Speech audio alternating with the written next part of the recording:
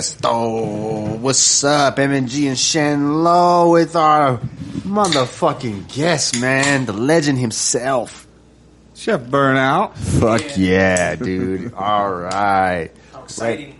Yeah, super excited, man. Let's get into it, man. We just had a show 2 weeks ago. Sometimes, I don't know if it's like, is the gain on mine a lot, like loud? Is it up higher? Yours is the first one. No, it's the same. I don't know. It just sounds like, especially the last couple times that we did the podcast, my voice is like really heavy. I don't know if it's just how I'm freaking projecting my voice. I think you're just talking to the mic now, though. But it sounds like I'm like overbearing to where I'm about to explode the fucking microphone speaker. I don't think so. Do you think it sounds overbearing? Yeah, I think it's just deep. I think you're just listening to yourself and you sound loud. Because I sound loud to myself, but Maybe. I don't know. Yeah, maybe it's just weird. because you're hearing yourself the twice deep slow. and deep sector. Yes, very. It's resonating. Honestly, my voice has been different all day, actually. Even in class, I was like, man, I feel different.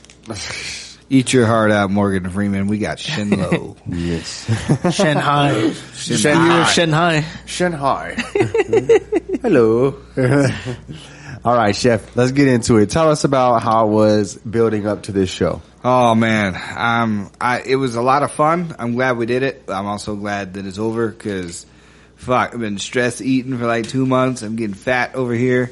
It was my first show to put together myself, and it was an interesting experience. It was great. I was glad to give you guys an opportunity to actually have a good show. The whole point of it was, all right, I'm trying to get into this promotional gig. On top of being an artist, and I want to help out my guys, and so like I need to know what this is like. So I really wanted to see what it took to break even, and we actually came up positive a little bit on the other end. But what we had to do was initially, let's say it was $1,000 for the rent, and then we had to guarantee $1,000 bar tab. And I didn't know that until I went to go sign the contract, and I was like, well, I'm already fucking here. I got the fucking half the deposit already. And so in order to pay for that, we all pitched in $200. A bunch of guys got like half sets where we paid like $100. I got lucky enough to have mine covered because at the last minute, a couple of guys jumped on, and I was like, all right, let's take 30 minutes off of sound check. That'll give us 15-minute buffer in case people went over, which people did go over, and we got lucky enough to have that little bit of a buffer. And then the other 15 minutes was for like another extra set to throw in on the other end. And then, it was stressful as fuck, but everybody had a good time. It was a great turnout. You know, at first I was freaking out a little bit. I was like, oh my God. There's no way in hell we're going to sell $1,000 worth of liquor. There's only a few people here, and then people started piling in, and we actually got a pretty good turnout. Shout out to all the people that were on there for me. You know, Key T, Javante, it's me, Kushko, of course you guys, Deep Sector, MNG, and Shen Lo themselves.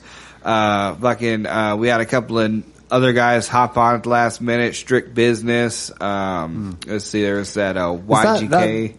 That's who he added me. I didn't even know who he was. I was like, who's this guy? Where did I meet him at? Yeah, it was weird. It was like Javante, I guess, he's got a whole team of artists down there in Colorado Springs. Yeah. And he just threw them on there and was like, hey, these guys are on there now. And I'm like, what? And he's like, here's the money. I'm like, all right, bet. And then, we had the Sam Rivers and then YGK and all those guys. They fucking killed it too. Crazy T, the MC. Yeah. You know, they all fucking slayed.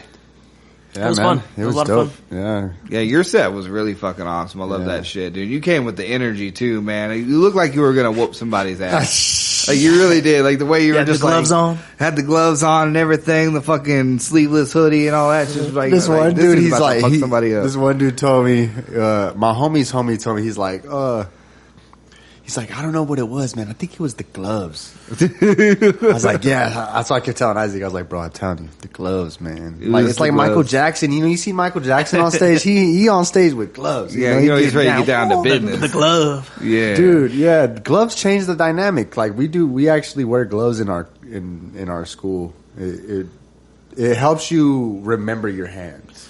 Ah. You know what I'm saying? A lot of times you forget, like, certain things, like what's happening here or what's happening there in your body, you know. So it'll help you remember that you're still using your hands while you're, you know, practicing your forms and stuff. I'll bet. Can you grab the ashtray, brother? Oh yeah. Yeah, it was a dope ass experience, you know. And then we had Christina come up from Colorado Springs, and Yeah, shout out to her. She gave me some freaking dope ass little keychain samples. Yeah, shout out to her. Yeah. yeah, and you use it, tap it to your phone, right? Yep. They're Yeah. badass. They're badass as fuck, bro. You Love can those reprogram type. them? Yeah, you can reprogram them too if you need to. So, did you reprogram that one? Yeah, it goes to our YouTube channel now. Oh hell yeah! Dope as fuck. It's pretty badass. Yeah, that's tight. Heck yeah, man. Yeah, that's cool. Yeah, we're definitely going to be linking up with her more. Yeah, shout out to her. What's her name?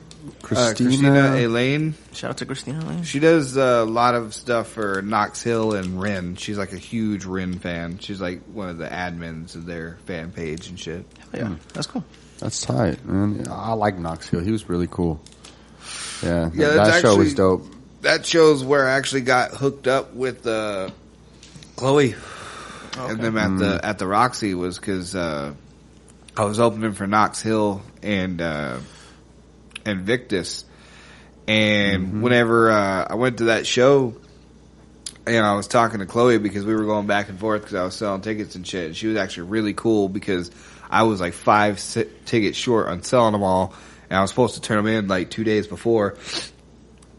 And what happened was she was like, "You can go ahead and hold on to them and give me the money day of the show so you have a chance to sell your tickets." And I actually got lucky and sold all my tickets. Nice. And Nice. that's when she was like, I was talking to her about what we were trying to do, you know, come up as the underground together and like build each other up. She's like, "Well, I can rent it to you for dirt cheap, man, during the winter time." And I was like, "Hell yeah." Well, I didn't really have the money. I wasn't ready to do it like during the early time of the winter where it could have been way cheaper. So I had to do January because right before the holidays was booked up.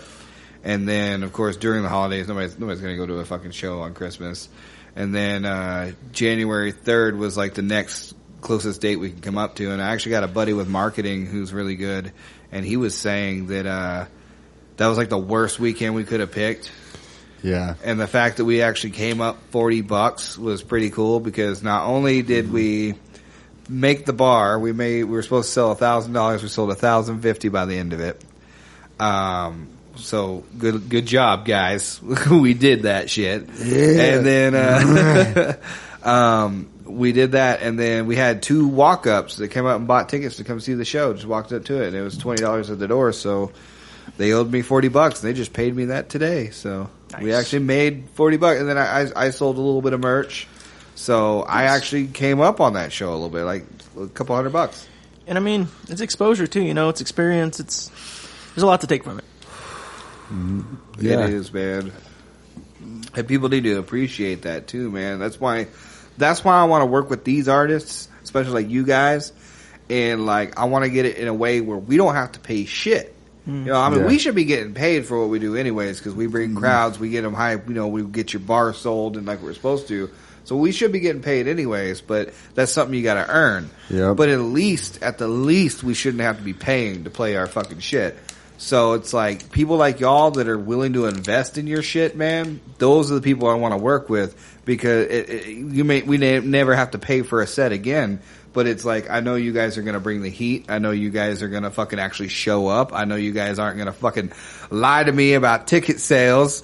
Yeah. Man, oh my God, dude, that drove me fucking nuts. I had dudes tell me like, yeah, I sold 24, I sold 30, I sold 10, I sold 15. And then one dude was like, yeah, I sold 40. And then like, it was like maybe 50 people there. And like 40 of them left with one guy. So I'm like, yeah, all of y'all were full of shit except for that guy. It's okay, but it's like, just tell me you didn't sell the tickets. I don't do, that's another thing is I was trying to do, it wasn't just people paying for their sets. The goal was, so whenever I did the Knoxville Invictus show, I had to put in a deposit. And then I had to sell a certain amount of tickets. I had to sell 35 tickets. 35 tickets is insane That's when a lot you're of local. tickets. Like Yeah. when you're local and nobody knows who you are, like even for like, no offense to these guys, I got all due respect, but like Iron Team, Top Flight Empire, Black Pegasus, you know, shit like that. That's a stretch for them. Like, not a whole lot of people know them unless they're real underground fans. So it's like $35 for like somebody's first show to open. Like, that's whack, man, for 35 tickets. And so I was like, okay. And then on top of that, their kickback is like $50 or some shit like that. So you're making $50, but you just made them like $500 or some shit. So my goal was basically selling you guys your tickets. So $200 gets you 25 tickets. Selling those at fucking $15, $20 a piece. Hell, selling them at $10 a piece, you're still coming up $50, you know, and paying for your set. So the goal was so the artists could actually make money because they kept all their ticket sales, could actually make money. And then I wasn't going to take anything from merch sales because some people will do that shit too. They'll be like, I want 10% of merch sales. It's like, fuck you, dude. You had nothing to do with my merch. For real. You didn't make it. You didn't pay for it. You didn't do nothing. I brought my own fucking table and my own lights. What do you mean? So I didn't do any of that shit so they could keep all their merch sales. That show was for us, for everybody. And that's why I did 25 minutes a piece if you bought a whole set because I wanted everybody to kind of feel like the headliner, you know? Like obviously I did my whole fucking catalog or whatever as a headliner, but it's like fucking, I also, on top of having to sell all those tickets, I got 15 minutes, which not a bad set for an opening set, but like anything less than that is fucked up. You know what I mean? Like those 7-minute sets and shit like that. That shit sucks. I hate that shit. Yeah. Like, bro, I'm trying to, I perform. You know, like, what are you talking about 7 minutes? Like, what am I going to do? Like, go out there, dance for a second, and be like, all right, guys, have a good night. Rush through your songs, don't do nothing in between. Because that's another thing, too, is I was trying to make a show. You know, I want to give people a chance to, like, do goofy shit, laugh with the crowd, do your fucking freestyle shit, which was badass, by the way. That shit was fun. Shout out Crazy T, the MC, you know, come up for the beatbox. And was it Kushko? Kushko. Kushko did beatbox too, right? Kushko and jumped then up Fat there. Loke. Yeah. And then Key and T got up there. There was one more dude. That big guy too was like Kushko's that's dad. Fat Loke. Fat Loke, yeah, dude. Is that Kushko's dad? Is it I his think dad? that's what I heard. That's what I was thinking. I don't know. That's what everybody kept saying. Yeah, either he said that was his dad or it's like his dad, but one or the other. But he's going to be battling at the social VR February 21st. Social, yeah. Yeah, social VR. So they're doing 2 battles there, aren't they? They're doing the one on the 30th and then the 21st. I didn't know about the one on the 30th, but I know the one on the 21st. I just realized that. Kian's going to be on the 21st. I seen that. I gotta be there, bro. Oh, we have to, absolutely. And that's another thing too, man. We got to start doing. Yes, and if you need help getting places too, I got you. You know, I got your back like an ass crack. I appreciate you, bro. Yeah, Isaac came clutch today, man. Same thing with Isaac, tire. man. If you ever need help, like getting to a place, we gotta especially for the circle, because at the end of the day, I'm not trying to exclude anybody who watches this, be like, ooh, whatever. But at the end of the day, the real circle is me, you, Kian, and Tito. Like, I mean, Javante and all them, they're cool and shit, everything like that, you know, but they're all the way in the Springs. They got their own team, but like, we're the consistent ones that are always trying to support each other, so we need to show up for each other's shit. I wish I would have been at the VR social, but I was getting over my fucking shit. I was laid up in the bed. No biggie, I felt so bad, but it's like, at the end of the day, had I shown up, who would have been there? There was nobody The circle. there. Yeah, but the circle. It was us. It was us. We had a good time though. Yeah. You know, we were just kicking freestyles, you know, there was a couple other people. They had the owner got on the drums and shit, and then the Tito's DJ guy, he does EDM and he plays instrumentals too. So he was playing the guitar, and yeah, so we had like live instruments that we were freestyling to, you know, and just that's dope. Yeah, ripping it, bro. It was dope. I saw that. It was a dope ass session. Then I went out there, kicked out some songs. I wasn't going there to perform. Honestly, I really fucking wasn't. This fool Tito's like, oh, he's about to perform, and I'm like, bro, I fucking told you I wasn't coming here to perform, bro. And then I had to fucking just pull out a set out of my ass. And so I'm like, bruh. Jimbo, if you are at a spot and there's a mic, come on. I know. Come on. Half that shit I freestyled because I was fucking up I didn't have my shit memorized. I wasn't going there to perform. I was like, bro, I didn't practice that. So I freestyled a lot of my verses and shit. And yeah, I did. I did all right, you know. But I could do better. Like we got to get the promotion side down, like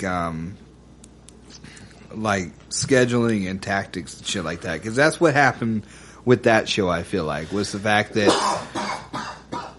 it's hard to promote, like, it's hard for you to promote a show for Tito or for me when you got something coming up on the fucking in March, right? Yeah, you know, exactly. you're trying to get people there, then you're trying to get people here, you're trying to get people there. Yeah, we can't be on stacking on top of each other. Yeah, you know what I'm saying? Because then we're taking from each other, and then we another thing on that note, we want to pay attention to like other shows too. Yeah, like at the VR Social, for instance, they were like, "Oh, we're competing against the Bone Thugs show right now." Like, why the fuck are you trying to compete against the Bone Thugs? Like, Tito said that, right? I was like, bro, if you knew this, then, like, wouldn't you have thought of that? Like, let's not do the same night. Definitely not the same night at Bone Thugs, bro. Like, there's no way. Because they do their tickets pretty cheap, too, so everybody's going to those shows. That's what I'm saying, you know, and that was Top Flight Empire and all those guys. They all did that show, you know, and that was a big thing. It was just us and, a couple of the fans. Top Flight's doing it right. They're doing it right because they have a team. They're getting other people in there. They're getting other big headliners, and that's another thing we could do, man. If we could, like, find some way to all throw in on getting, like, fucking X-Rated or fucking Bone Thugs out here, or, like, even, like, Cal Scrooby, like what Tito was talking about. That would be tight. I like Cal Scrooby. Get one of these guys out here, and then we open. Because we got enough of us, we don't need to get openers. Yeah. We open. We fucking draw straws for opening or whatever. We take turns on different shows on who opens or whatever. Or we give you big enough sets that it doesn't matter who fucking opens. You know what I mean? Like, if we're all doing 20-minute sets, then who gives a fuck who's first? You know, you're going to be halfway through your set when the door comes in. So, like, I think there's something here, man. We just got to really lock it down and get together and, like, figure it out. Because the one thing that Denver has proven to me is one person's not going to fucking make it out of here. One single person. Because there's just too many cutthroats, man. Like, you get halfway up there and bam, you're done. I don't give a fuck who you are. There's no legend in history that made it by themselves. They all had a team, you know, or a coach. Michael Jackson had a vocal coach. You know, Mike Tyson had a coach. Yeah, he had the whole fucking Jackson 5. You know what I'm saying? Like, he was bred into that shit. To be honest, I feel like you guys, like, because I'm not to disrespect myself, but I consider myself a tourist or a welcome visitor into hip hop. Are you a guest? A guest in hip hop, because not because of the color of my skin, but because of the fact that I was ignorant to it for the longest time and only listened to rock because, you know, I was fucking forced to listen to country my whole life. And so the only thing that spoke to me was rock. Then I found underground hip hop, and I'm like, oh my God, that shit speaks to me too. And I've only been a fan for so long, for like, you know, probably the last 10 years. And then actually having the balls to try and do it's only been a couple of them, you know? So like, I'm a fucking baby in this shit. I'm new to this shit. Y'all are my big homies. So it's like, I consider y'all to be my coaches, you know, you and Tito and Kian and all you guys, like, for real. Hell, even Javante, I'm starting to see he's like a marketing genius. Dude, shout out Javante. Yeah, I like how he moves. I've been watching him actually for the past few months. His performance was good. I like that. Yeah, he got great performance. You know, his energy is there. His marketing is tight, bro. He's got mad content. He's doing shows all over the place. He just got back from Topeka, Kansas. You know, shout out to Javante, man. Respect, for real. And he's doing some stuff. Javante? Yeah, Javante. Javante is me. Yeah, it's the whole It's Me crew thing that he's got going on. But like, that's the thing that I'm watching that guy of, because like, he's got the team, he's got the marketing down, and he works a 9 to 5 too. He works a 9 to 5 as well, and that's where I'm just hustling. like, man, dude, like, I quit my job to do this shit, and I'm not doing half of what he's doing. So it's like, no disrespect to me, all respect to him, but it's like, we got to figure that out. Yeah, we got to figure that shit out, dude. Although, dude, that dude's face when I gave him that fucking NFC goddamn keychain, the ones that you put it to your phone and it takes you to your shit. We had it to his Instagram or whatever, and he was like, "No fucking way!" He started walking around outside to the whole crowd, like, "Give me your phone, give me your phone, give me your phone, motherfucker!" And then I told him, I'm like, "That's how you find out if people are following you or not." You tap it because it goes straight to it and it says follow if you're not following. Follower test. Yeah, so it's like, you follow me, beep. Like, you were supposed to be my homie. Right? What happened, man? What the fuck? Hey, that's another thing, too, I'd like to speak on, too. I'd love to hear your thoughts on it as well, man. One thing I've noticed, besides you guys, is why I say the circle. Have you ever noticed that real support is not coming from family and friends? Oh, bro, I hate that shit. That shit pisses me off. Like, dog, all right, I'm not gonna say that you just have to just fucking subscribe to any amount of bullshit. Maybe your homie is really on some bullshit, or maybe you really just don't fuck with it, you know, and like that's cool too. But like the fact of the matter is, most of my like immediate people that I grew up with and shit like that, they don't check out my music. I know they don't. I barely see anything from them. They don't like my posts. They like barely, you know, I'll see them here and there or something like that. A few of my people, but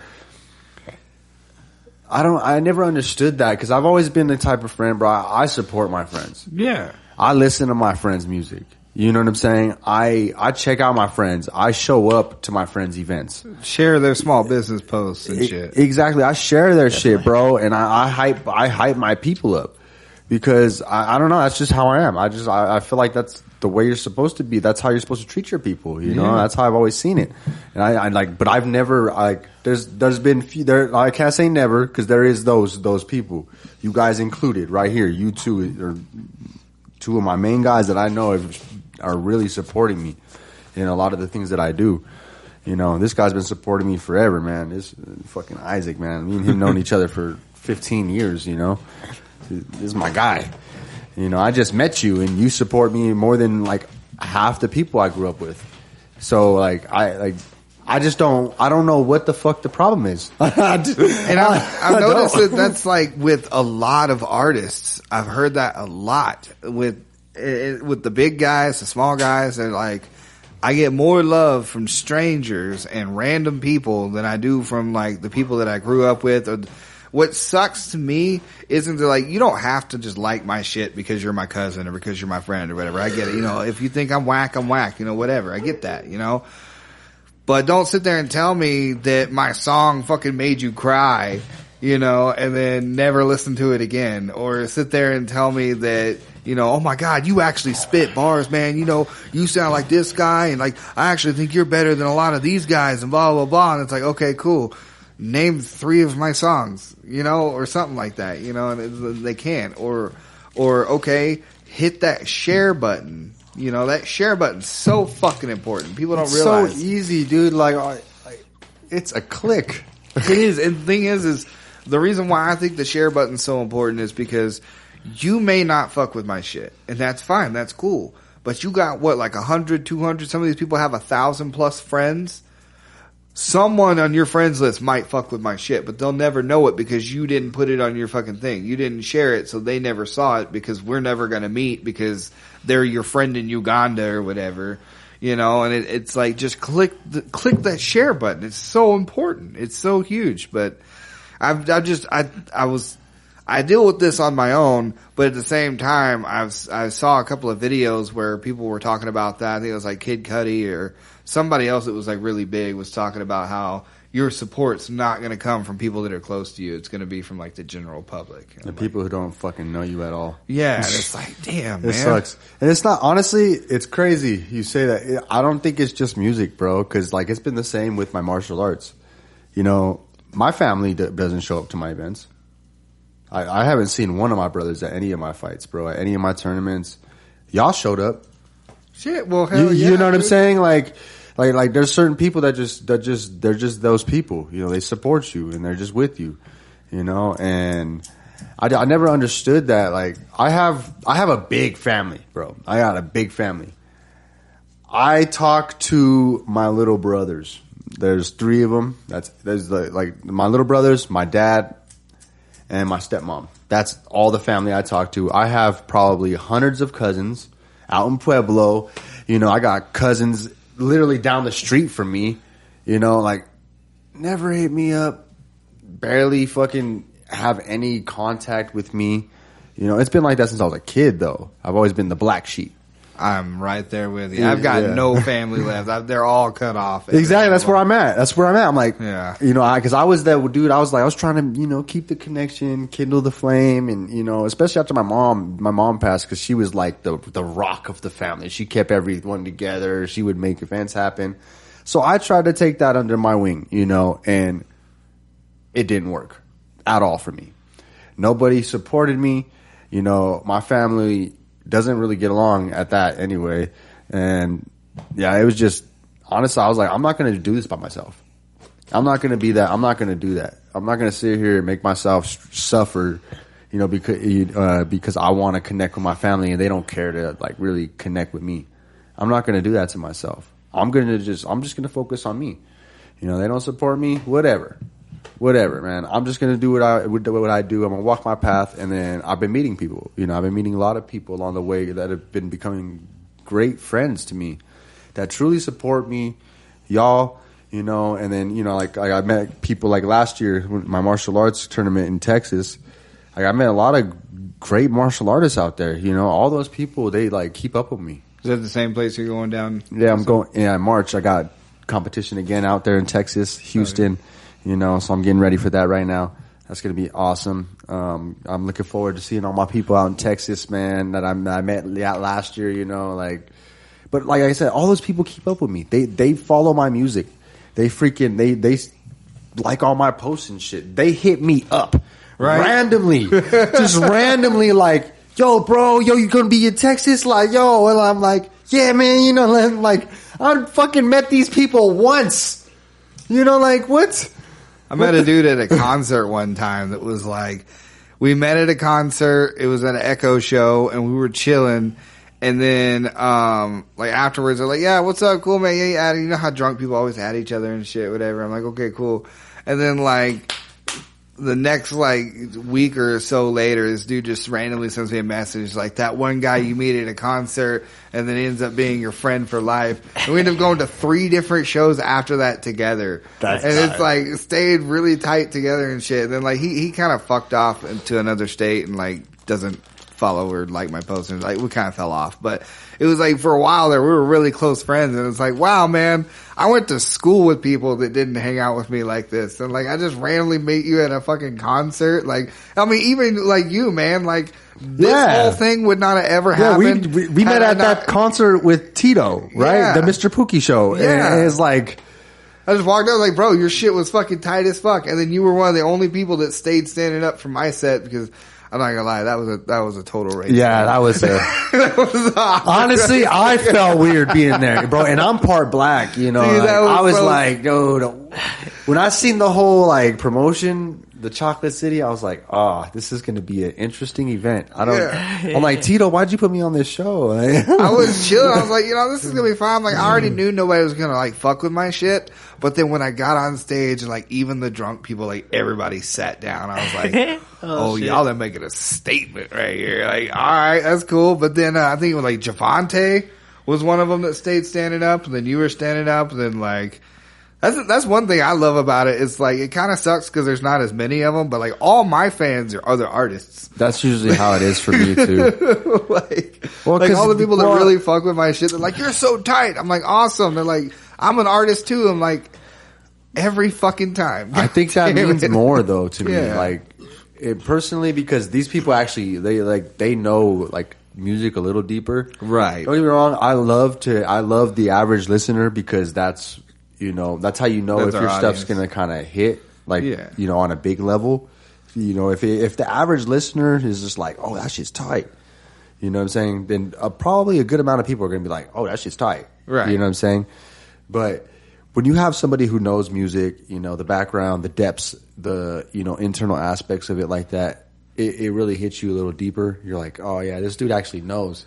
Even though you want like regular fans and stuff like that, it's just somebody who knows, like that. It just because they know what you're trying to do. Yeah, exactly. They really understand the science behind it, and like I a lot of people that like my music too are like instrumentalists and stuff like that. Like people that understand things like music theory, and how those things start to coalesce in different genres And yeah, I don't know. Just most people don't think like that, so they don't really, that's why they just go for the vibe. Like, oh, it's a vibe. I like the beat. I like the beat, and that's cool. I love beats. You ever find that influence your music at all? What? That whole, I've found that I've started writing more upbeat, more dancey shit, because I know that when I go going on stage and doing Sorry and Demons and my sad shit or whatever, it lets people know how rounded I am, but that's not what they want to hear, especially when you're doing live performances. So I did Get Down. No, because I love that song. But I did that one because everybody's always this is the type of vibe that we want to have. And so I started doing that. And then even when I did Legend of Burnout, it's one of my more introspective songs, but it's still kind of more hypey. It's because I've noticed I'm starting to write my music more for the stage. And I don't know if that's a good thing or a bad thing, but I mean, if you're a stage artist, as most artists should be, that's where the real money's at, touring. I honestly think I perform better than I make music. Me too. I'm right there with you. I really do. My live performances are always once I figure out the production aspect of it, I think I'll have a better, run. But for as long as I've been doing music on my own, producing my own shit, my music, I haven't been able to really produce the quality that I've really wanted to put out. In particular, there's only one song that I actually think came out to the quality that I'm like, dang, that what's up with it? Exactly. Everybody knows. Everybody knows that shit. That's a good song. But the thing is, I even listened to it, I'm like, dude, the production on that is fucking pretty damn good. I did that myself, I was like, how the fuck did I do that? You did good. I don't know how I did it, bro. I'm like, cause that first project, that was that was my best song on that first project that was a legit project. I bought all the beats, I own all the rights to that project, Cavern Music. It's my first actual EP. I've released mixtapes and shit before, but that one song with that I was tripping on, that's that fucking, you're going up to the sage and talking to him about the Rhyme Keeper. Yeah, dude, that shit, that's my type of music, man. So once I heard that song, cause I'd heard your music before, but I think, is that one only on YouTube or whatever? It is now. It used to be on Spotify and shit, but I think they took it down because I got some type of copyright on it, which doesn't make any fucking sense because I bought the lease to that beat. Yeah. So I'm but I have a whole bunch of copyrights on beats that I bought. And I'm like, where are you buying it? From people on BeatStars and shit like that. Are you able to get the receipt and everything? I have it. I have all the leasing licenses. So I don't know if I got to contact the producer or what's going on. You know what I'm saying? I don't really, I haven't figured it out that deep. Contact your distributor or something, because that song is tight as fuck. Well, What's Up With It is definitely not copywritten. But yeah, the Rhyme Keeper came up with the copyright. That's crazy. And I'm pissed. That song's dope. Because I actually got that song put on a mixtape with DMX. And that shit, I'm like, what the fuck, man? You guys are copyrighting my shit. And I own that beat. I don't understand. But I don't know, man. I'm about to start getting more into, that legal aspect of it this year. And, I'm locking in this year, man. 2026, I think, real, is the year that we may not blow up this year, but I think this is the year where we finally start getting shit together. We form in the group. We start figuring out, strategizing, learning what it's going to be like. Exactly. Honestly, I think it would be good for all of us to get into the promotional side of things, because there's probably some venues you could probably get into, and help us get shows doing that shit, and the way I'm seeing is you want to get a headline show going. I get a hold of the fucking Hangover bar. Me and you go splits on the fucking door, right? And then we get openers to fucking sell tickets for us and shit like that. And then we make a little bit of money. You get your headline show exposure. Boom. No longer are we having to pay. We're actually possibly making fucking money off of it. And the more shows we do here in Colorado, the bigger we're going to get. Because that's how we got to get there. It's We got to get in front of the people who go to shows like our shows. You know, like the people who will go to the Hangover Bar for a fucking underground hip hop show. You know, more people like that see us. At some point, I'm not even going to lie, I hate saying this. It tastes like shit coming out of my mouth.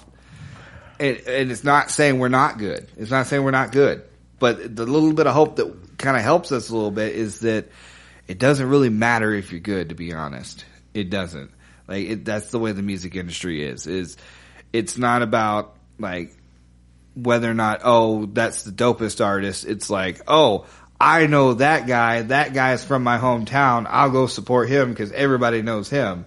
Like, no offense to Black Pegasus, not saying he's not good. He's a dope-ass freestyler and everything. But it's like, I guarantee you a lot of the people that go to Black Pegasus shows don't go to Black Pegasus because, oh, he's the fucking greatest MC. It's because if you're into underground music and you're in Colorado, you know who Black Pegasus is. Mm-hmm. So you're going to go, you know. That's how we got to get. We got to be in people's faces. When I first started this, I told people, you may not like me, but you're going to know who the fuck I am. And that's been my goal since day one.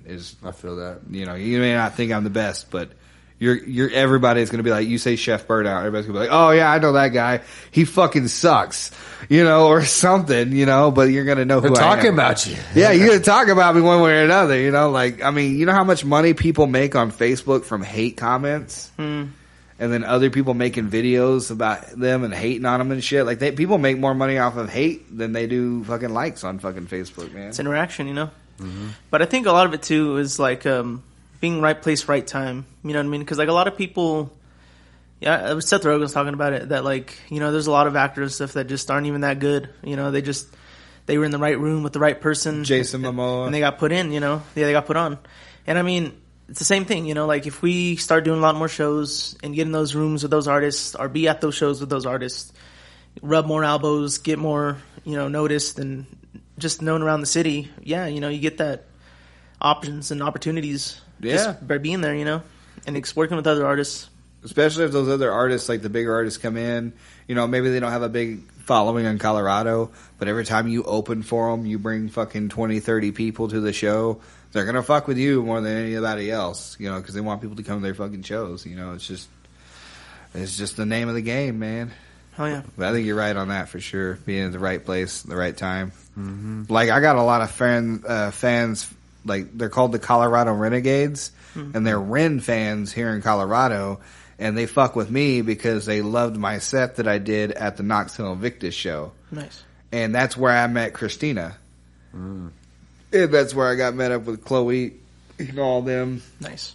You know, so it's definitely how to get to know the right people. There's shots in front of us. Let's take it. Yeah, there's shots in front of us. They're like, hold on. How long has that been there? It's making new connections and success. Yeah, sweet. 2026. Oh, yeah.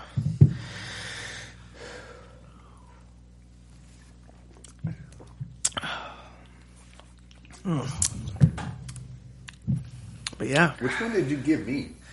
Same one. Vodka? Yeah. Very strong. What kind of vodka is that?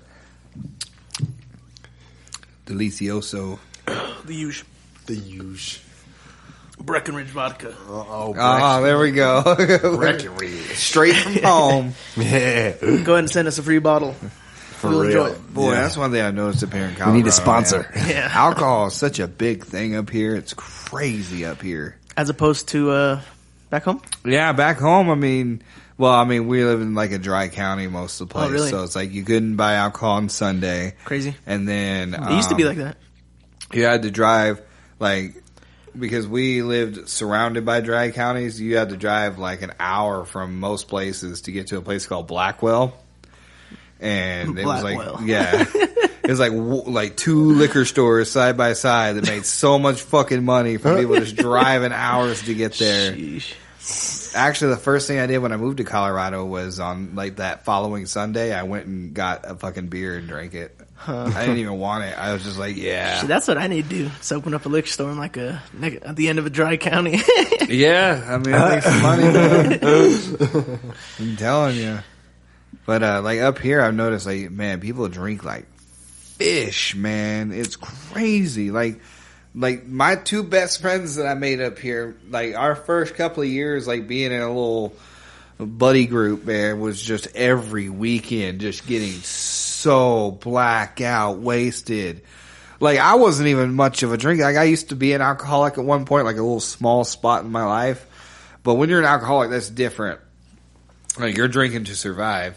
But like when you're not an alcoholic and you're trying to keep up with some of these people, oh my fucking God, dude. Poor liver. Like my buddy would end up naked half the fucking time.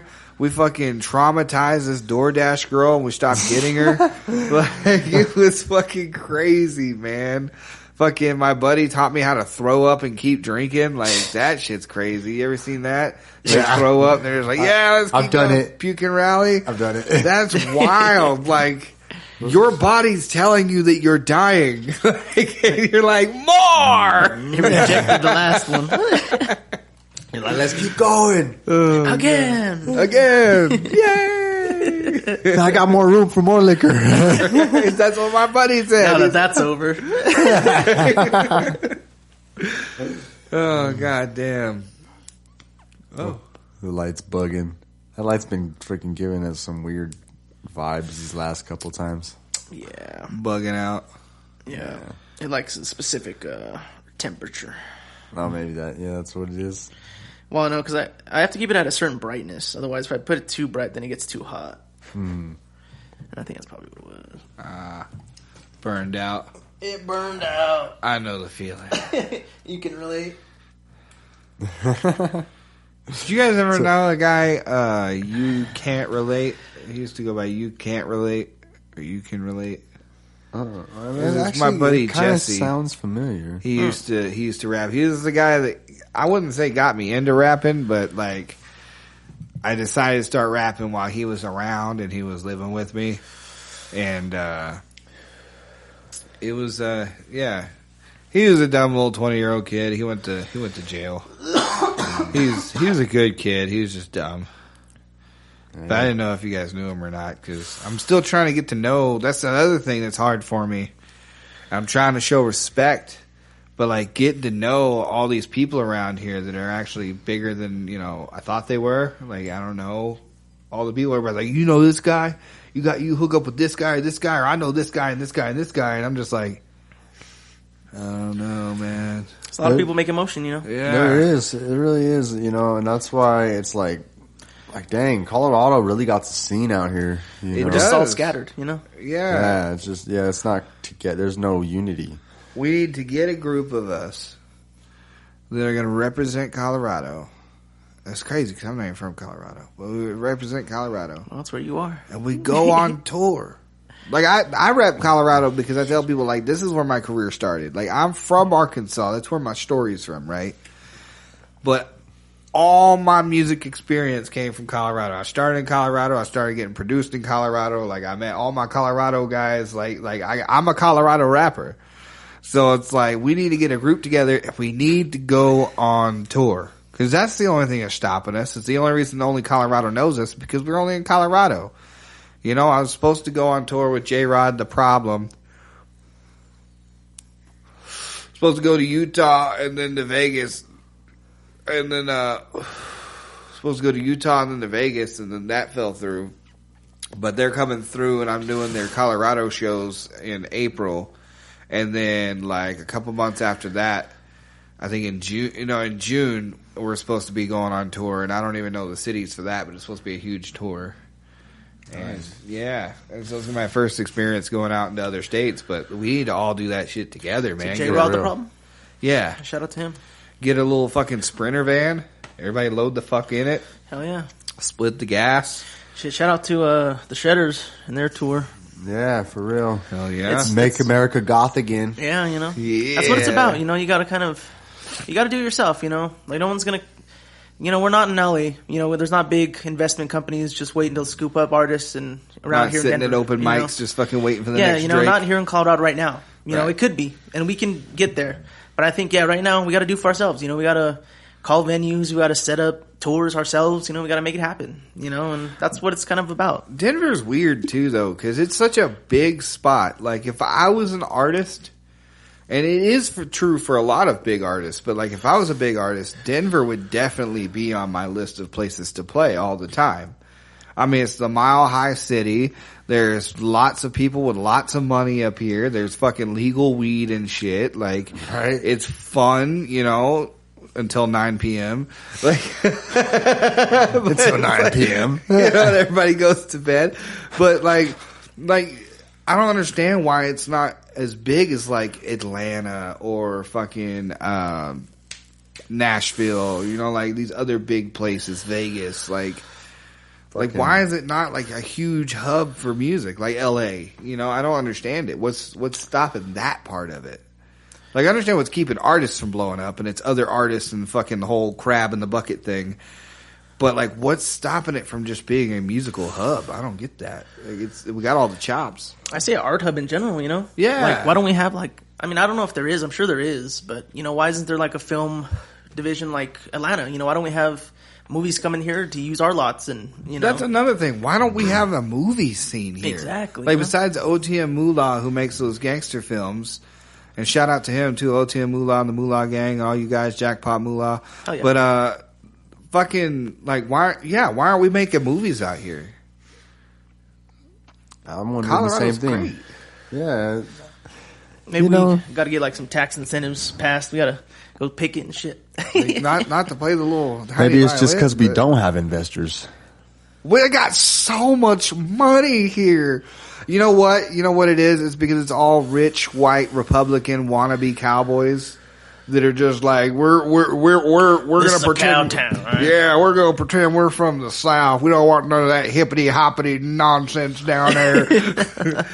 We're gonna leave our grandkids out there to play EDM in Boulder. We're gonna make Oliver Tree huge. Fuck y'all.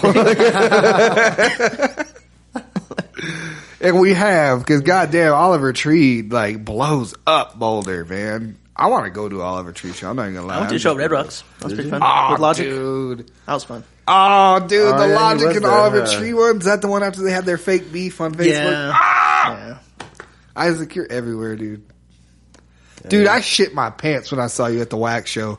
Like, I was talking to my buddy, and we were chilling. I felt bad, too, because he was mid, like, talking to me about something. And I just look over, and I just see you walk over, and I'm like, oh, fuck! That's Isaac! I'm like, what's up? I just walked away from him. I'm like, what's up, my guy? It was crazy. Just saw him walk. You're just so, like, normally I can't remember faces and shit, but, like, your face is just very distinguished. So it's like, as soon as I saw you, I'm like, that's specifically this guy right here. That's crazy. Like, there's nobody else that could be. That's another thing too, just with only being a fan of hip hop for like the last 10 years, again, like, you know, trying to pay homage and respect. And I listened to the greats. I went back to the 90s and shit like that.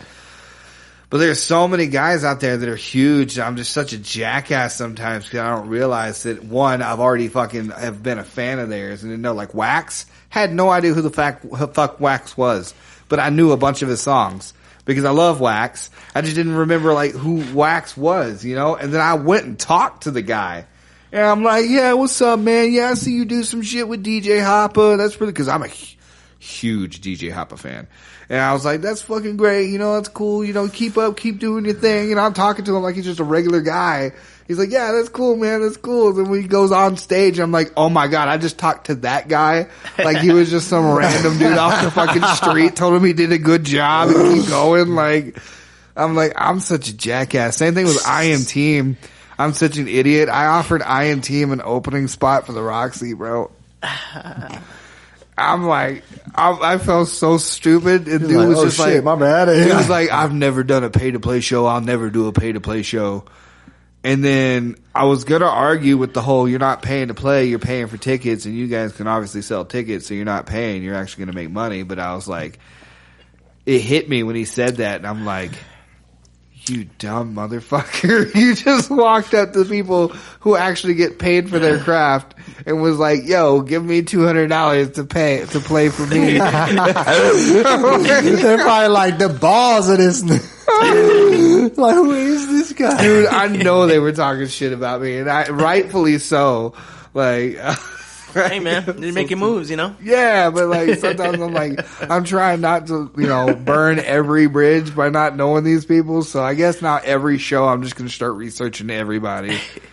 Hey, that'd be a good story for later, though. No, yeah. Like, hey, you remember that one time?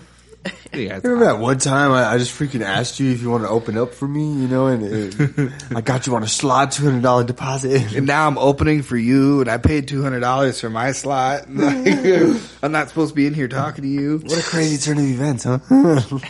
That shit backfired. Now that Wax was fun too. I don't think I've ever really heard of him before, but I definitely loved his stuff. I've heard of Wax. He does. I mean, I've heard of him, but I never listened to his stuff. So I have like a web, is what I call it, of artists. Because I only like underground music, and 90% of people don't know anybody that I talk about. And they're amongst a bunch of different genres. Wax does songs with almost all my entire web and in their genres. Like he does that song with Little Stranger. They're Little Stranger is a badass reggae band, bro. Like new age reggae is where it's at. I'm telling you. I love reggae. You got to check out Little Strangers, Dirty Heads, Ugly, Bumpin' Uglies. They're fire, but like Bumpin' Uglies, I think, or Dirty Heads has one with Tech Nine. Dude, you would not believe how well Tech Nine mixes with some reggae. Dirty Heads and Tech Nine is fire. Oh, I'm sure. But Wax has done it with Mayday, I think maybe even Rin. But like a lot of fucking people that I listen to from different fucking genres, man. And he's done songs with all of them. And I'm like, and then that song, I like it better when you're high. Yeah. Oh, God. I like it better when you smoke. Yeah, dude, I blast that song because it makes me think of my wife. Oh. Right. I like the one too. Who's like oh yeah, oh my, I don't give a fuck about the DUI. Oh yeah, he's talking about he's riding on his bicycle because he got a DUI. Oh, 2 wheels is the way I ride. Oh god, dude, that's good. Yeah, Wax is fire. Huge Wax fan now. And then I even told my friend I went to a Wax concert because I was going to support. Because Jay the Rarest, your dog, was fucking, yes sir, he's fire too, by the way. Jay the Rarest, great musician. Oh yeah. Colorado local, making moves. He fucking needed a DJ last minute on Facebook, and so I hooked him up with Sam. Oh yeah. And so I was going to see Sam because Sam had never done anything like that before. So I was going to support Sam and check out Jay's music and shit like that. And then I was like, oh, Wax, cool. And I'm thinking too, I'm like, Wax is just another local guy. That's what I thought. I was like, I've never heard of this guy. Mm-hmm. And the way he was standing there for his meet and greet was like so nonchalant. Like I didn't even know that was Wax until I was like, you want to meet Wax? And I got in line to go talk to Wax. He's just standing there talking to people. And then that's why I was like, yeah, man, it's cool. And I see you do songs with DJ Hoppa. And I'd already been all over DJ Hoppa's nuts, bought a t-shirt, bought a CD. Was like, I love you so much, man. Because DJ Hoppa, I got there. DJ Hoppa is my favorite DJ of all time. Oh, yeah. Of all time. He's fucking incredible. And then I'm just like, yeah, man, that's cool, man. I'd love to check out your music. He's like, oh, thanks, man. I appreciate it. And then I'm over there being stupid, too, because I vomit out the mouth. And I'm like, yeah, I only listen to underground music. And this is where he humbled me. Because he does music with, Mouse Powell and Greaves and all them. Oh, yeah. And I was like, yeah, I only listen to underground music, like Mouse Powell and all them. And he's like, okay, well, what are you going to do when Mouse Powell blows up? And I'm like, damn. Mic drop.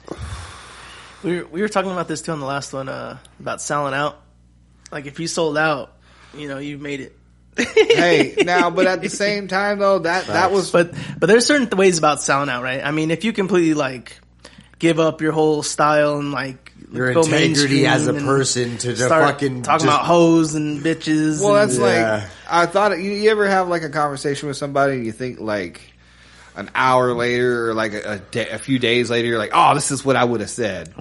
I had that moment, and what I would have said too in response is only if he was the same Mouse Powell. If you turn into Bruno Mars or you turn into Drake or you turn into some kind of The Weeknd, You know, and then it's like No wait till the weekend.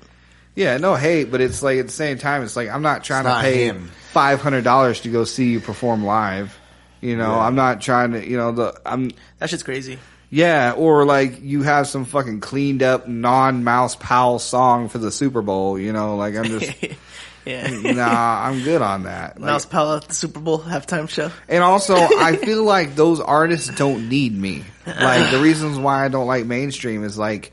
Eminem doesn't need my fucking streams.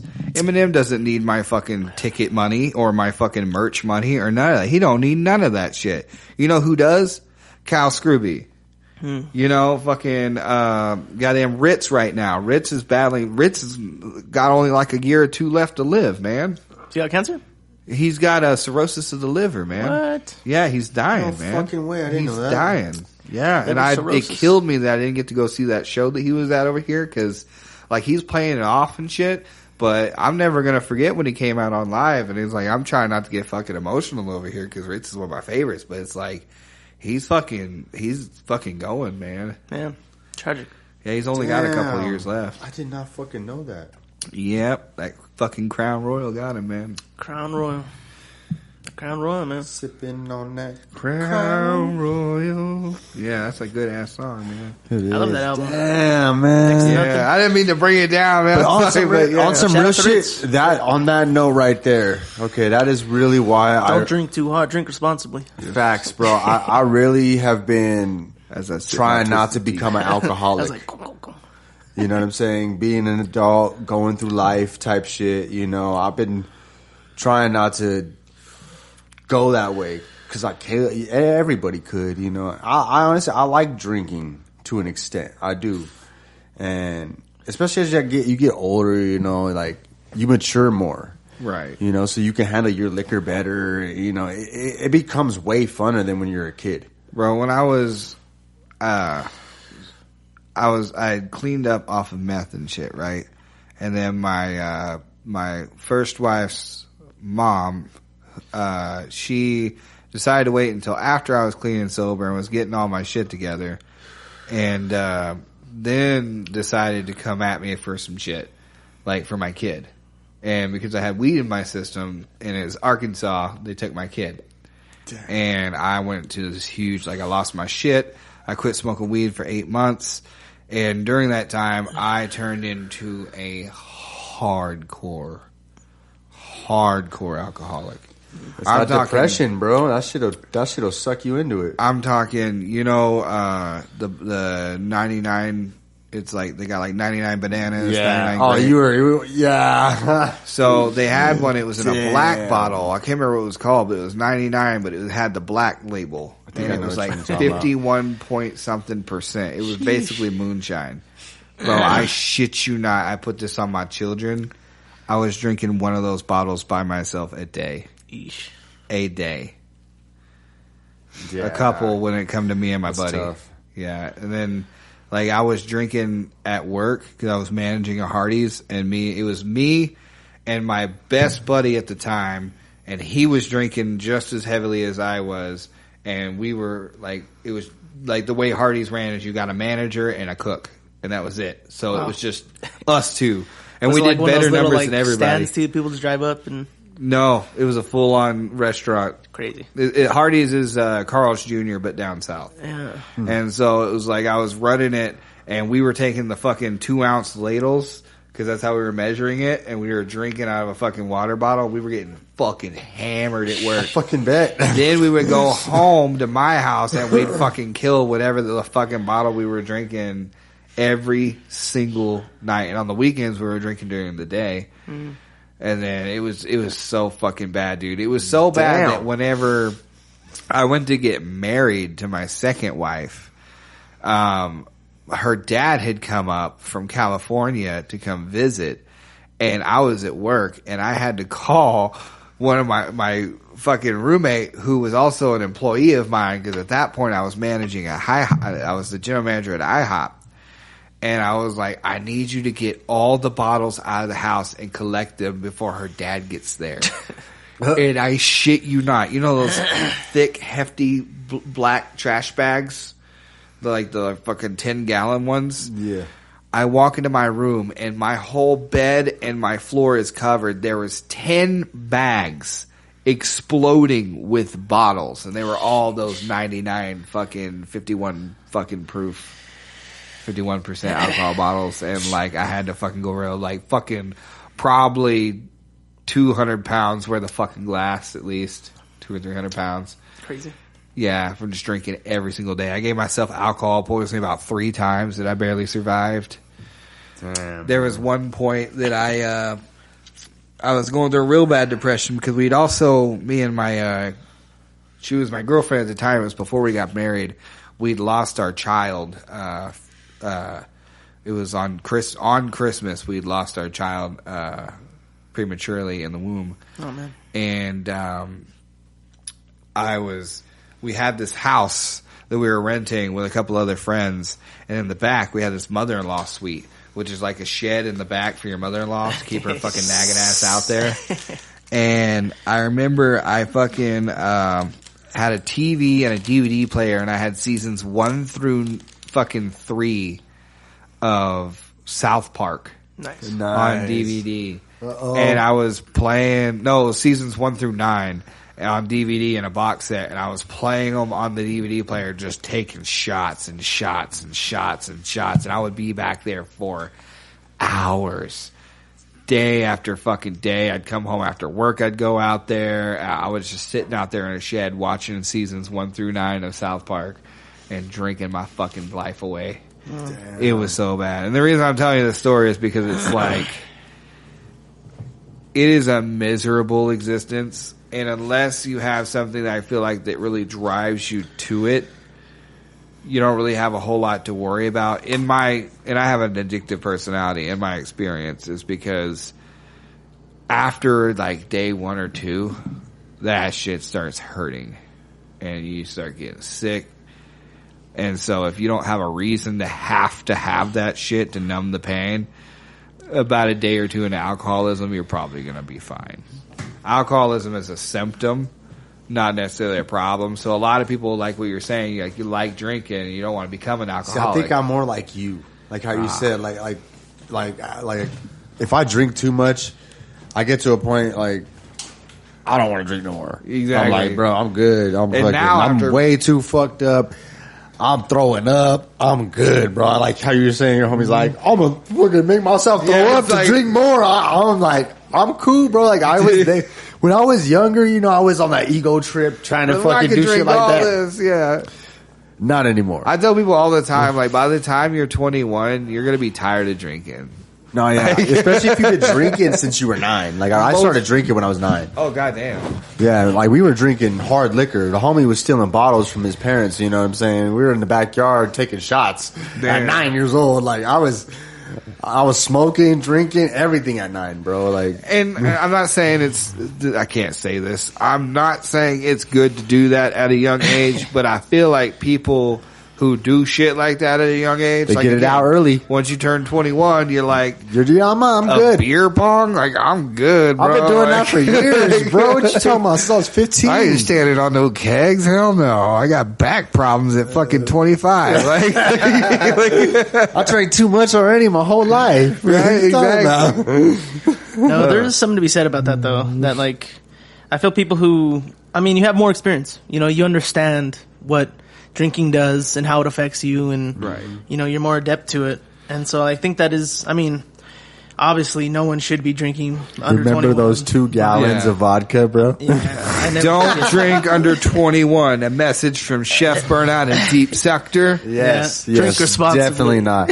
Drink responsibly. Don't give alcohol or weed to minors, please. Dude, Straight up. I gotta tell you right now, to the parents, and I'm sorry, this is going to hurt a lot of people's feelings. If you have a 15 or 16-year-old and you're fucking smoking weed with them, go fuck yourself. Because I promise you, I'm telling y'all right now, I don't smoke with my little brothers. All right, like my little brothers do smoke. Yeah. I know they smoke, but you can't stop them. I'm not going to stop them. They smoke in front of me. They do. I don't smoke with them though. Yeah. I told you, I would never give them weed. I would never smoke with them. I would never drink with them. Like I'm not gonna do that with them. Like the they're thing not is like old enough. I was 11 years old when my sister gave me my first joint, and I'm not gonna lie, it set me on a path. I've been smoking steady since I was 11 years old. You have any idea how much smarter, how much more articulate I would be if my brain had the other fucking 10 years to fucking like develop? Like I told my daughters, I'm like, look, weed's not bad. And from, you know, I educate her on everything about it. Like weed's not necessarily bad, but I highly recommend you wait till you're at least 21 to 25 before you start fucking with your brain, man, because it's still developing. Like, why would you fuck with that? Like one thing I was telling my little stepbrother the other day is, as I sip on my tea, is freaking like, bro, you know, you can like weed isn't even that cool anymore, right? Like when I was a kid, weed was cool. Like you were like a thug. You were smoking. You were breaking the law and shit. You know, like weed isn't even cool anymore, bro. Like you know what's cool right now? Becoming a legend, bro. Being a great athlete or being something like really great in life. That's what people are really on Whole Foods right now. is cool, motherfucker. Whole Foods, you know, like, Bro. yeah, health, wellness. Dude, I look at a box fitness. of cereal now and I'm like, you cancerous motherfucker, you son of a bitch. Like, That's why I got Life cereal, bro. Yeah, I got that right? shit. That's whole grains. Whole grain cereal. Okay? Fucking dead ass, bro. Like, you gotta take care of yourself. You for got real, to, you man. know, and that's one thing. Like right now, I'm not smoking, right? I got this competition coming up. I gotta make sure my lungs are cleared out, bro. And honestly, right now, I'm really liking how I'm feeling not smoking. yeah. Like when I don't smoke, I have it's a high in itself. All right, so it's crazy. I went 10 years. Oxygen. Right? Yeah. I went 10, probably maybe even longer, but at least 10 years straight. Chiefing. Every fucking day. Smoking. That's all. I'm a stoner, bro. I've always been like that. We were smoking 4-foot bombs. We were at every fucking 420 event. You know what I'm saying? Like I did school for this shit, bro. Like yeah. I was in those days. I was in that era. You know, like weed was illegal. You know, we were running from the cops because of weed. You know what I'm saying? Like what? You know, I was a real live stoner, and until I got into like martial arts and like my athleticism and stuff like that, I didn't really try to stop. Right. You know, but when I stopped, I thought about it. I was like, dang, I've been high as fuck for 10 years. Yeah. You know, so I didn't even know what sober was anymore. I was like, what is sobriety? It became a high for me, bro. Like, so like when I'm sober now, it's like I'm high. Like, cause it's different for like weed was my norm. Right. You know, that became me just normal. That was my normal. So me being sober was a high for me because it was different. You know, so like now I get like, it's crazy because now, like, especially like after I've done like psychedelics and shit like that, I find certain similarities in certain experiences. And when I'm like super sober, it's like I'm microdosing almost on like shrooms. You know what I'm saying? And because like I have like a certain type of vigilance, clarity of things, you know, like you experience that on psychedelics sometimes where you have like these epiphanies and thoughts. But when when I'm sober, I'm like, I get that like really frequently. I'm like, oh shit, oh this is nice. I'm like today I'm at work, you know, like yeah, I'm fucking exhausted and shit, but like at the same time I'm still feeling good because like I don't know if it's exactly because of sobriety or anything or like that, but I just feel good, you know. Like there's just so much going on. I'm like, man, you know, like my body's fucked up, but my mind's clear.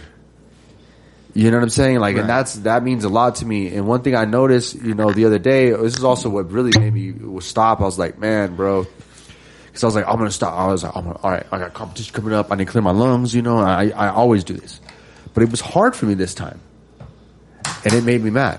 I was like, damn, I've been smoking way too much.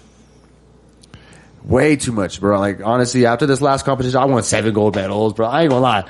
I celebrated, bro. I'm like, dude, I'm a fucking champion. I'm like, yeah, I'm chiefing. I was smoking ounces, bro. Again, you know, I'm smoking fucking 5-6 blunts a day and type shit. And nah, bro, that wasn't it. That wasn't it. And I think, yeah, I'll have one last one. But I think I was, like, like I almost felt like you know how like when you're all right. So say when you don't smoke weed, sometimes right, you get kind of irritable and shit like that. Oh, I don't stop smoking weed.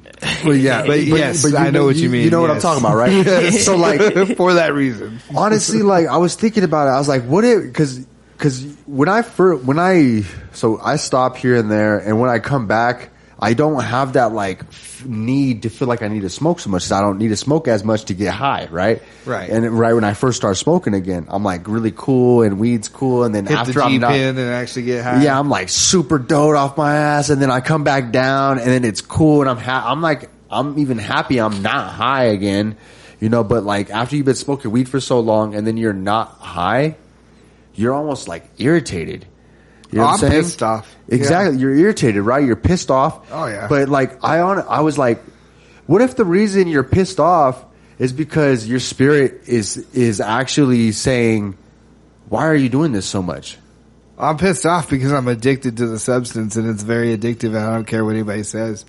Like, I'm a hardcore stoner. I love weed. I will always love weed. But I feel like in our strive to legalize this shit, like a lot of times, like we get some bullshit out there, like weed's not a gateway drug. I started meth because of fucking weed. I started meth because I was like, oh, everybody fucking hates on weed, but weed is good. So they're probably just talking shit about all the other stuff. So I'm in Arkansas, the next thing you can get is fucking meth. So I started meth, and I got hooked on that shit. It fucked me up. And yeah, I get pissed off when I'm not fucking stoned, when I don't have weed. I can't eat when I don't have weed. I can't sleep when I don't have weed. I'm addicted to it. It's an addictive thing, man. So like being able to take times like that and tolerances breaks and like breaking off like that is really fucking good and healthy. Like, cause it's not easy, bro. Like me, kids. It's not easy. Like, especially this time around. It really wasn't easy. You know, that first day was a tough one for me. I was like, but the thing that actually really pushed me to more, it was like I could like even right now, I actually not as much now because it's been a few days, but those first couple of days, I felt high. Like I was still like I smoked weed, and I could feel it in my brain, I could feel it in my body. I didn't feel as sharp. I was like, man, honestly, bro, I was like, this shit pisses me off right now because I feel like I need it. And I hate that. I don't like to feel dependent on things. You know, I've always been real independent in myself. So when I feel like, that's also why I stepped away from music for a while, because it got to a point to where it was like, that's all I was. Music was who I was, everything, you know. And I was like, man, I didn't like that. It like controlled me. You know, it owned me. My music owned me, and I was like, I didn't like that at all, bro. And it like kind of turned me off from my music for a while. Because I was losing my independence, you know. I couldn't, like, if it wasn't like without my music, I was nobody. Right. You feel me? And I don't think that's healthy. You know, you should be able to be yourself without things. Still be Angelo. Yeah, exactly. You know, and that's kind of part of what pushed me into other things like martial arts and stuff like that. And like even the martial arts, I don't just do martial arts all the time. You know what I'm saying? Like, I don't just do anything all the fucking time, bro. That's, you know, nobody is just one thing. Exactly. And that's just reality. Definitely. Man, you gotta be versatile. Yeah, exactly, you know, and figure out that there's more to you than you might actually, you know, have been holding yourself to. Yeah. I think a part of it, though, too, is like, you know, it's all mind over matter. You know, yeah, like, you know, even, yeah, you know, you're dependent on things, and yeah, you like to have things, but at the end of the day, you know, it is about choices, you know, like we choose to not be mad, you know, or we choose to, you know, just put it aside to focus on training, you know, it's like, it's all about choices, you know, and some choices are harder than others, but I mean, you know, it's all about mind, you know, and I feel like, luckily, you know, props for kicking, you know, your hardest shit. But I'm sure, like, that was probably a lot harder to kick than, say, weed, right? Like, you could probably go a day without weed as opposed to maybe... I stopped meth cold turkey. Yeah? How was that? Was it rough? It was rough, but 10 times easier than quitting weed. Interesting. Like, I quit cigarettes because it was killing me because of my COPD. a million times easier than quitting weed. But that's the problem with starting so young. Like, weed's been my best friend since I was 11 years old. And, like, not to get all sad and soppy, but, like, I had no friends. My family didn't give a fuck about me at all. Black sheep from the day I was born. I was bullied and picked on my whole life. You know, girls that fucked with me cheated on me. You know, it was just shitty. And so the only thing that ever made my life less shitty was weed. And so it's like, it's almost like an eternal, like, safety blanket, like a mental thing, you know? So it's like, yeah, it's that bad with weed for me. But yeah, meth I quit cold turkey because I was just fucking done with it. But that was after years of torment and then knowing that it came from that addiction that I was like, I'm fucking done. Yeah, meth is a whole other beast, bro. Like, props to you on that. A lot of people really can't do that. That's apparently it's like one. only 2% of people walk away from meth or some shit like that. Some weird statistic. Yeah, I'm dude, like, that's crazy. That's insane, dude. Yeah, that's why they say not even once. Oh, dude, it's bad. It's really bad because the thing, and I'll tell people too, is like, and I hate saying it like this, but it's the only way to really get people to understand is like, it is the best high and the worst decision that you'll ever have. Like, it's because it's so good that you're like, oh, nothing in life compares to this anymore, so now I have to have this. And then it fucks with your head, and it makes you feel like everything you're going through and everything that's happening to you and everything that you're doing is okay. It's all fine. It's all right because you're high and you feel good and that dopamine's rushing through you. And then when you come down, the absolute agony of not having that dopamine because it just blocks it off for a while is so agonizing that you're forced to go back into it and it causes a cycle. And then it makes that mental state that, you know, where you feel like everything's okay, worse and worse and worse. You become a worse person. You become better. You become feeling better about doing worse things. And then you will do worse things. And it's just awful. And then it destroys your body. I mean, I'm starting to lose teeth now, you know, at 30 years old because of shit that I did when I was fucking 18. You know, but it's horrible. Meth fucking is yeah, people are like, that's the devil. That's the devil. This is the devil. If I was ever going to be one of those people, I would seriously say methamphetamines could possibly be like the devil. Dude, itself. that shit fucking destroys people, man. Yeah, I've seen, meth has been a huge fucking destruction in my family in particular, you know. Like, that's also why I've been like really against that shit, you know, for a long time. I've seen it, you know, destroy so many people, bro. Entire families just torn apart. Yeah, and you know, I've seen people who are completely against it end up turning to it, destroy them the same. You know what I'm saying? It's just like, it is just such a just miserable drug to me, you know, and I've been around it my whole life. You know, I've had people smoke it right in front of me, offer it to me. I even almost sold it one time, you know, and I couldn't do it. I couldn't sell it. I was like, nah, I can't contribute to this, you know, this destruction. Like, I had like $700 worth of meth, bro. Like, I just found it. You know, I was like, shit. I was really thinking about it. I was like, shit, I could make some money. Bro, I'm living on the streets, you know what I'm saying? I'm like, I could make some money, you know, I could come up. I could start selling this shit, and you know, I could, you know, and I'm all thinking, you know, and then I'm like, then I really think about it. I was like, I don't know, man. You know, this shit's terrible, you know, it destroyed my family, it destroys people, you know, and like, I remember I'm walking around, you know, I hustled at the time, and I used to sell weed and shit. That was how I survived my teenage years, is just selling weed and, you know, a little bit of like, maybe some gear I got here or there, you know what I'm saying? Like, I just had my own little hustles and shit, and I just made it by, you know? But I could have had a real come up, and honestly, I chose not. I was like, I threw that shit in the sewer, bro. I was like, I can't do it. I was like, I couldn't do that to my own people, you know, like, just push them deeper into that pit just so I can fucking thrive and make money, you know, be alive. even if it's for me to survive, you know, yeah, I'm in a tough fucking situation. I didn't have the heart to do it, bro. I was like, nah, it's not me.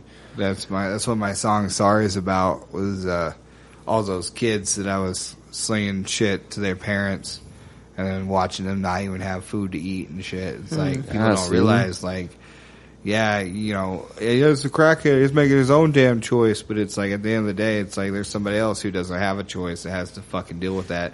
Whether it be their kids, whether it be their mom or dad that they're constantly stealing money from, or their sister, their brother has to watch them fucking die. You know, it's bad, man. It's fuck meth. Fuck meth. Church. Just sucks. Yeah, that shit's miserable, man. Stay off the meth. Stay away from it. Keep it away from the kids, especially. You know, kids, keep your minds clear.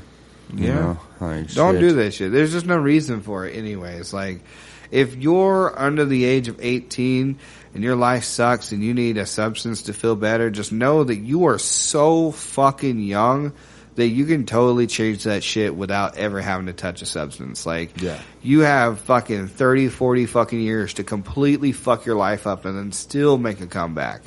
So it's like, fucking open a failed business or 2 or 3 or 4 or 5. If you're gonna fuck up in some type of way, fuck up in a good way. Go make $50,000 and then go fucking gamble it away or whatever. You know, do whatever you gotta fucking do. That's not as bad as fucking destroying your whole life to a fucking drug that consumes you and could possibly, you know, feed into your family, destroy them, you know, that you end up having nothing to fall back on. Don't numb it, just make it better, you know. Don't, like, I tell people all the time, you know, alcoholism and addiction is a symptom. It's because it really is. Like, you don't see kids that grow up with fucking everything in the world, and then you do see some of them, you know, but that's because they get bored because they've had everything, you know. But people that grow up in a stable fucking home who have, you know, can go to college and can do what they want to fucking do and live their dreams and don't have fucking family traumas and shit, you know, you don't see them fucking dealing with this type of shit.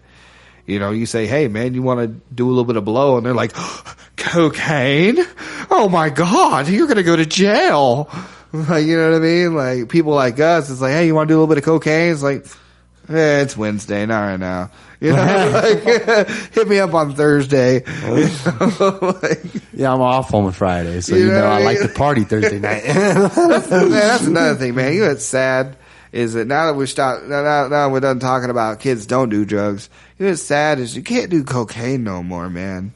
Like used to, somebody could walk up, offer you a little bump, and you'd be like, all right, yeah, I don't need, you know, this is gonna be a good night. I know, because now you're tripping. It might have fentanyl in it. It might have meth in it. Some crazy fucking shit in it. Like glass shards. Dude, yeah, you never fucking know. Like, you can't do coke anymore. Bro, if you do cocaine and you can't go to sleep, there's a problem. Like, you know, especially if it's for like 2 days. Like, what the fuck? I actually had a fucking, I was at IHOP and some buddies of mine were fucking doing some coke and they were talking about the dude tricked them into doing fucking meth and they were fucking tweaking around that IHOP for like 2 or 3 fucking days. Because they did a big old fat line of meth and it's like, oh god damn, dude. It's just like, you can't trust nobody. There's a huge difference too. Like, you could tell. Why do people do that, man? Dude, like, I get like, maybe it's like a cheaper drug. Like, you know, like with the fentanyl and shit like that, I get that, but like, are you really so hard out that you're gonna kill people? You can't just give them the cane. It's like you said, bro, like, it makes you feel good about doing worse. Yeah. You know what I'm saying? So you kind of, it like kills the conscience almost, you know, like. Yeah, cause I'm already got the meth fucking thought going in my head right now. It's just like, you know what? It's okay if we cut this 50-50 with fucking bleach fucking powder because we're giving it to crackheads. And it's okay if they have fucking kids because then CPS will come in and give them a better life and shit like that. And like I'm already like going down the fucking like, cause that's what it'll do to you, man. It's like almost like a little devil sitting on your fucking shoulder the whole time. It's just like, hey, like you have a good idea and a bad idea and it's always gonna be like, hey, that bad idea, that's the better one. It's not so bad, man. Like at the end of the fucking day, it's actually kind of good. It's like, it's so fucked up to think it'll have you thinking. It'll have you like fucking thinking that like robbing an old lady at gunpoint is like the best route you could take for your life right now. Like, there was one time in my life I did think about doing meth. You know, I was really against it my whole life, and there was one time, like, I'm a deeply spiritual person, right? I meet a lot of people, and I've always gotten a lot of insight from, like, just randoms, you know, like, that I never met before. I was talking to this one guy on a bus, and he started talking to me about meth, right? And I was like, I just listen.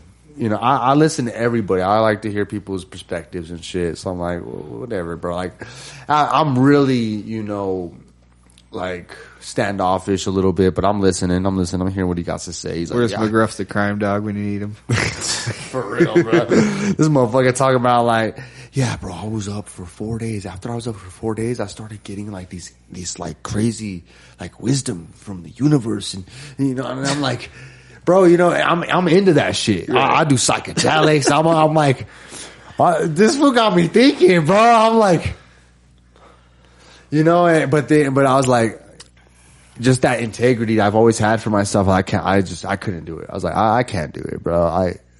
I was that close though. I'm not gonna lie. I'll admit it 100%. I was very close to trying it. Just know that those wisdoms that he was giving you was pure sleep deprivation and shadow people. Hallucination. Well, but the thing is you can do that. Like you would have like hallucinations in the desert, and you know, it would bring visions and crazy shit like that. So I was like, oh, I can see how that's possible, but I was like, but then, like you said, it's the evil conscience. It puts it brainwashes you into thinking something totally different. What it's got is that little devil on that guy's shoulder is sitting there saying, "No, dude, like you're on a good path right now. Meth is good. Listen to all these fucking wisdoms I'm giving you. Look at that young man over there, man. He's missing out on this shit. Get him on that shit. He'll help you pay for more meth if you get him to doing it with you." Mm-hmm. That's what that little devil's fucking telling. Exactly, you know, and like. I took a lot of time. I didn't just go and, you know. Yeah, I know. Yeah. I was like, man, you know, I thought about it for weeks, bro. I really did. And then I came to the conclusion I wasn't doing it. I was like, nah, I can't. I spent my whole life against it, bro. And I'm like, I'm not going to just cause this dude said it to give me some wisdom. I was like, even if it were to give me wisdom, say I was some special individual and I could be some functional addict or some dumb shit, right? And get wisdom from meth. I was like, honestly, I don't even want that. It's a dice roll either way. Yeah, exactly. I was like, I don't even want to risk it, bro. I was like, it's not worth it for me. What if that was like your future self talking to you? Yeah, honestly, I probably wouldn't be like that. Would have been the version of you if you'd have chose to take the blue pill, and like that was actually you from the future offering you the blue pill to be all like, check this out. Check this out. I got a crazy story for you then. Oh shit. All right. I used to work at a movie theater. It was my first job, my first legit job on papers. And I'm coming home one night. I got some fucking person following me. It's like, who the fuck? I didn't, honestly, they left from the movie theater too, so I didn't think nothing of it. But they go to the light row with me, right? And I'm standing at the light row station, and I'm just looking, I'm listening to music, just vibing, bro, by myself, just kicking it, you know what I'm saying? And then a person appears out of nowhere. Boom. Right in front of my eyes, bro. Dead ass. Dead ass. I can't explain it, bro. I wasn't high. I wasn't drinking. I was completely fucking sober, bro. Whoa. Dude, I don't know what the fuck happened, but then I'm like going home, like, I'm trying to process this whole situation. I'm like, what just happened? That fucking dude teleport or something? I'm like, who the fuck is that? Is that a time traveler? You know what I'm saying? And then this lady's just sitting there smiling at me, like, shit. I was like, what's up with this lady? But that was the lady that was following me. I was like, I bet she's seen that. You know what I'm saying? Like, seen that dude too. I know she's seen it. I was like, and she knew. I could tell she knew. And I'm like, this bitch knows. She knows. She's seen that. I seen that. I was like, I swear that dude teleported or something, bro. I don't know if he was a time traveler or what. But crazy thing is, right? A couple weeks later, I'm going to work. Boom, boom, boom. I fucking meet some guy on the train, And he's talking about like, yo, he comes down, sits right in front of me on the train. I'm like, chilling. He goes, hey man, I just got here a couple of minutes ago. He's like, do you know where this such and such place is? And I was like, oh yeah, you just take this train and that train and that, da, da, da, da. But the thing that fucking caught me off guard is like, I just got here a couple of minutes ago. To the light, like what, to the light rail station? Or like, what do you mean? To this time period? I was like, what are you fucking talking about, bro? You just got here a couple minutes ago. Like, okay, whatever. Who's the president? What day is it? Yeah, he was just like, weird question, bro. I was like, what the fuck is this? You know what I'm saying? And crazy enough, I see him 2 days later, right? I'm fucking riding the bus. I'm getting on the bus with my ex-girlfriend now. We were together for 7 years or whatever, but we were at the time, we're riding the bus. This dude's like, hey man, he comes up to me, he's like, hey bro, thank you the other day. When I seen him, bro, this guy was raggedy. I swear he looked like a time traveler, bro. I'm not gonna. He had the gloves. He had the crazy glasses, the backpack. I'm like, this fool look like he's straight out of Back to the Future or some shit. I'm like, who the fuck is this guy? You know what I'm saying? The first thing I thought about when he's like, I got here a couple minutes ago, I was like, this fool a time traveler? I was like, he looked like a time traveler. Who the fuck is this guy? Whatever, I'll help him with some directions. And then he hits me up. He's like, oh, thanks for the other day. He looks totally different. He's dressed in new clothes, like fucking fly, bro. He didn't look nothing like he did like a couple of days before. And he said, thank you for, helping me. And then he's talking to me on the bus and shit with me and my girl. And he's like, here, I got something for you. He gives me a piece of paper, bro, with like stuff to read. He's like, here, he said, recite this 108 times. I actually didn't do that. It was like a meditation thing. He told me. Did that shit. I didn't do the meditation. He probably would have took you back to his time. Yeah, you fell to the future. I didn't do the meditation. But I lost the paper. Fucking unfortunately. But he gave me this fucking crazy book. He said, but the craziest part about when he gave me this book, he was like, he handed it to me, right? And he said, here, this will help you fight your demons. And when I grabbed this book, bro, I had deja vu. Okay, but this is like an ancient deja vu. I remember because whenever I have deja vu, it takes me back to the moment when I dreamt that dream. Like I remember when that dream happened. And when I had this dream, I was like 12 years old. Like a long time ago. And I remember when he handed me this book, I just sat there. And I was like, it's like I've been waiting for this moment forever. You know what I'm saying? And then I was looking at this guy, bro. He never took his glasses off. But, I was like, man, I kept looking at him. I was like, dude, what the fuck?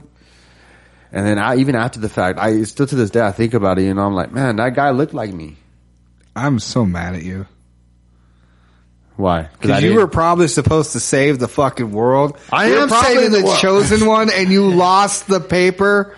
Well, it wasn't the paper. It was the book. I read the book eventually. But I thought you said the paper. The paper, you were supposed to recite that shit. Yeah, the paper you was were supposed to recite but that 108 times, and because you didn't, now we got Trump. No. Thanks, No, Kenlo. No, I honestly believe Trump was supposed to happen. And you were supposed to defeat him. No, you can't because you didn't bring the paper. Everything happens for a reason, bro. Everything happens for a reason.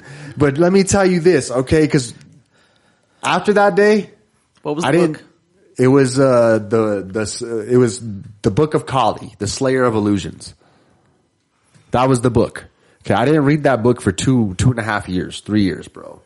And I remember actually because that was the last day I seen my ex for like for like a year and a half or something. We broke up. She like cheated on me, and it was like a whole fucking thing, right? And we broke up. I was like, fuck that. Didn't go back. And then I went back, whatever. I went back and then I started reading the book. And then after I read the book, our fucking relationship fell to shit again. But like, I don't know. I feel like it just meant that wasn't supposed to really happen. You know what I'm saying? That was all kind of an illusion in a sense. You know what I'm saying? And he told me like this would help me fight my demons. And I didn't really know what he meant at the time. But I was like, I think about it to this day. I'm like, man, if that was a future me, say this is a future me. He came back in time to really change the younger me, you know, and I don't know what he was trying to change. I really don't. He was trying to get you to recite something over and over. I don't think that was. I don't think it was that. That was some mantra meditation. I could find that on the fucking internet. Honestly, probably. Maybe it was the time mantra though. Yeah. Maybe that was the mantra to get bitches, and he's sitting in the future right now, like that motherfucker. He never read it because I never got them bitches. The motherfucker. He's probably sitting there right now holding the heads of his loved ones like, okay, all right, old B, save the world. Save the world. I hope I didn't lose that paper. Some half cyborg dude's coming to like rip his head off. He's just like, wait, just give him another minute. Give him another minute. Fuck, let me get that paper real quick. Like, I don't know what's somewhere here. No, but the butterfly effect is so beautiful because probably what happened is you probably dropped that shit somewhere and some other kid probably picked it up and found it and changed his whole goddamn life. Yeah, exactly. Everything happens for a reason, bro. Yeah. You know, and I really don't know if that dude was a time traveler or not, but it was a very, very interesting experience, you know, and it was a huge, crazy chain of events leading up to that moment, and it was a very deeply spiritual time for me. And a lot of that stuff I carry with me today, and it keeps pushing me forward. And that's what led me to where I'm at today. The idea of time travel pisses me off a little bit.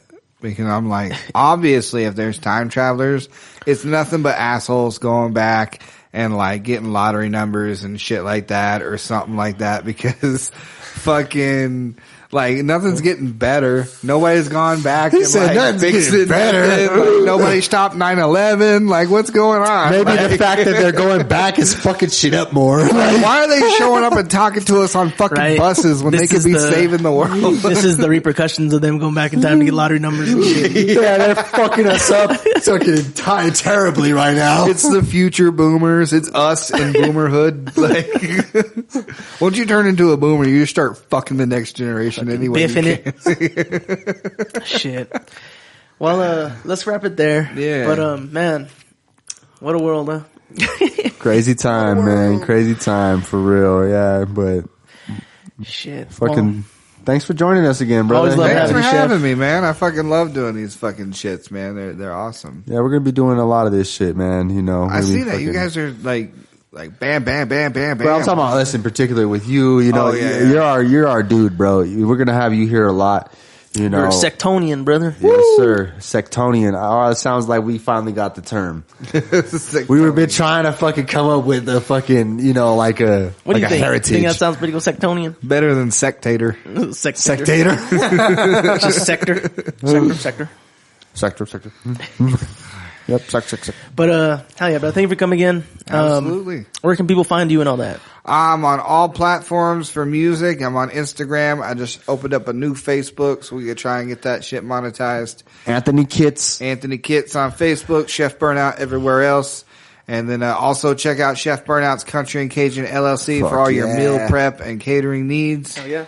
And yeah, let's get it popping.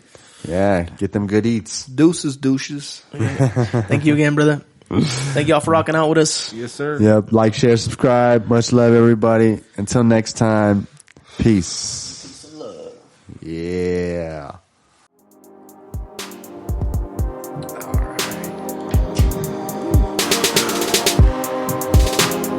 Podcasts are awesome. I love doing podcasts. I want to get mine up and going again.